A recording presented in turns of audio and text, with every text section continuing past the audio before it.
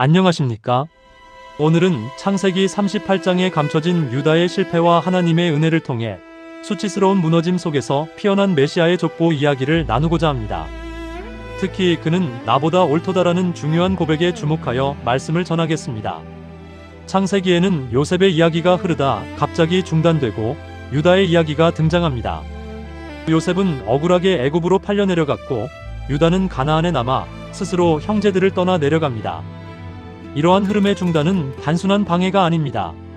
요셉이 애굽에서 영광스러운 사명을 위해 준비되는 동안 유다는 가나안에서 수치스러운 무너짐과 회개를 통해 영적인 지도자로 준비되고 있었던 것입니다. 타락은 대개 한순간의 큰 죄악에서 시작되기보다 작고 서서히 일어나는 멀어짐에서 비롯됩니다. 유다 역시 언약의 가정인 형제들을 떠나 아둘람으로 내려갔습니다.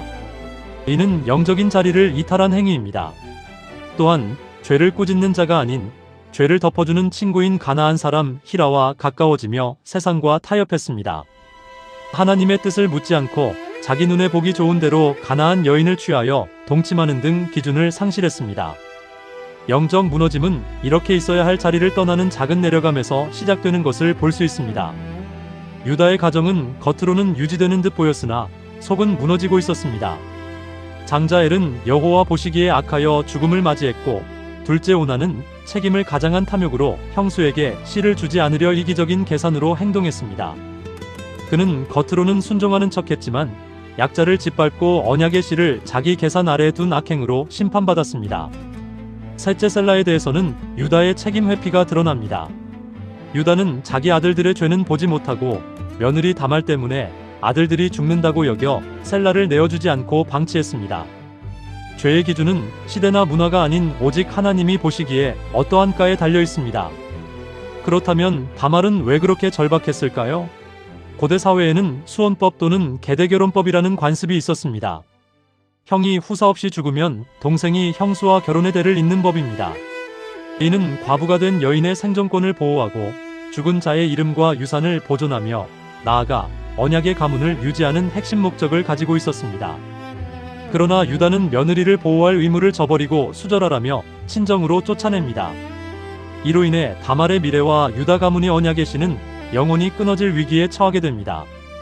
이 절박한 상황 속에서 다말은 불의한 방식처럼 보이는 선택을 합니다. 그녀는 과부의 옷을 벗고 너울로 변장하여 양털 깎는 축제에 가는 시아버지 유다의 욕망을 이용하기 위해 에나임 문에 앉습니다. 다말의 행동은 표면적으로는 매우 파격적이고 위험한 속임수였습니다. 그러나 그 깊은 곳에는 나를 방치하지 말라, 약속을 지키라, 그리고 무엇보다 언약의 씨를 끊지 말라는 정당하고도 절박한 요구가 숨어 있었습니다. 유다는 찰나의 육신적 욕망을 위해 염소 새끼를 약속하며 가장 중요한 세 가지 담보물을 내어줍니다.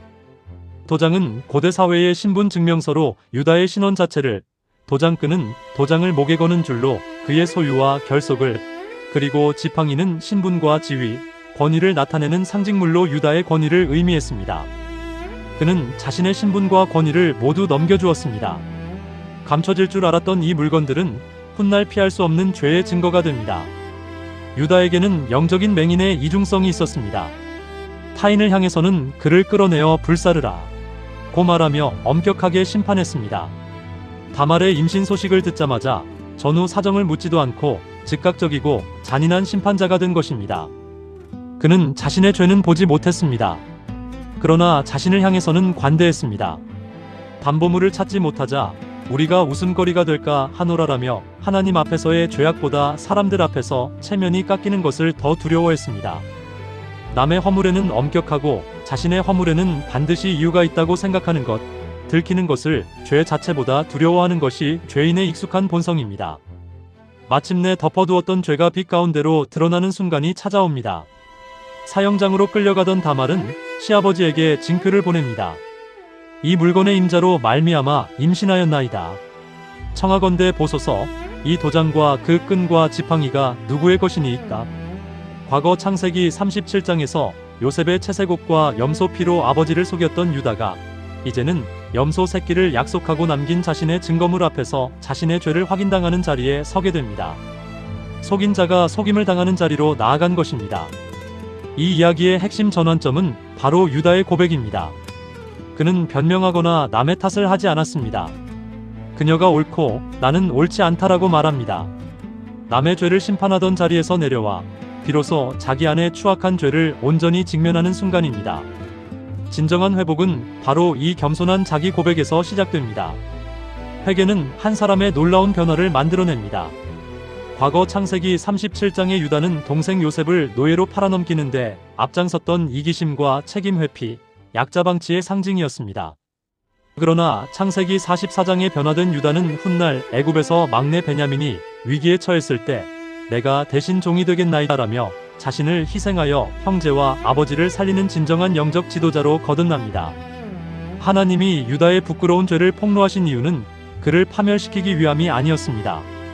그를 회개와 책임의 사람으로 다시 세우기 위함이었습니다. 생명의 탄생 또한 인간의 예상을 뒤엎는 하나님의 은혜를 보여줍니다. 산파는 먼저 손을 내민 아이에게 붉은 실을 묶어 세라, 즉 빛남 또는 일어남이라는 이름을 붙이려 했습니다. 인간의 눈과 상식으로는 이 아이가 먼저 태어날 줄 알았던 것입니다. 그러나 예상을 깨고 순서를 역전하여 먼저 태어난 아이는 베레스, 즉 터뜨림 또는 뚫고 나옴이라는 이름을 얻었습니다. 이는 야곱과 에서의 이야기처럼 하나님의 섭리는 인간의 서열, 자격, 혹은 예상을 뛰어넘어 전혀 뜻밖의 방식으로 언약의 길을 이어가신다는 깊은 의미를 담고 있습니다. 이처럼 부끄러운 실패를 뚫고 구원의 계보가 이어집니다. 유다와 다말의 부끄러움과 죄악, 상처의 자리에서 베레스가 태어나 인간의 한계를 넘어선 은혜를 보여주었고, 이 계보는 이스라엘을 이끄는 다윗 왕에게로, 궁극적으로는 온 인류의 구원자이신 예수 그리스도께로 이어집니다. 복음은 흠없고 깨끗한 위인들의 기록이 아닙니다. 가장 절망적이고 수치스러운 상황 속에서도 기어코 생명의 씨앗을 보존하시며 은혜로 구원의 길을 완성해내시는 하나님의 신실하신 이야기인 것입니다. 창세기 38장은 우리에게 세 가지 중요한 진실을 남깁니다. 첫째, 죄의 본질입니다. 죄는 사람의 눈을 피할 수 있어도 하나님 앞에서는 반드시 드러납니다. 사람의 평판보다 하나님 앞의 진실이 중요함을 기억해야 합니다. 둘째, 은혜의 방식입니다. 하나님은 우리의 죄를 단순한 징벌로 끝내지 않으시고 진실된 직면과 회개로 이끄시는 은혜의 도구로 사용하십니다. 셋째, 구원의 섭리입니다. 무너진 가정, 방치된 여인, 끔찍한 실패 속에서도 하나님의 구원 계획, 즉 언약은 결코 중단되지 않습니다. 오늘 저의 회복은 어디서 시작될까요? 회복은 남의 죄를 지적하는 데서 시작되지 않습니다. 바로 내 죄를 온전히 인정하는 데서 시작됩니다. 우리도 유다처럼 그는 나보다 옳도다라는 겸손한 자기 고백의 자리에 설 때 비로소 무너진 삶의 밑바닥에서 생명이 뚫고 나오는 베레스와 같은 놀라운 은혜를 경험하게 될 것입니다. 감사합니다.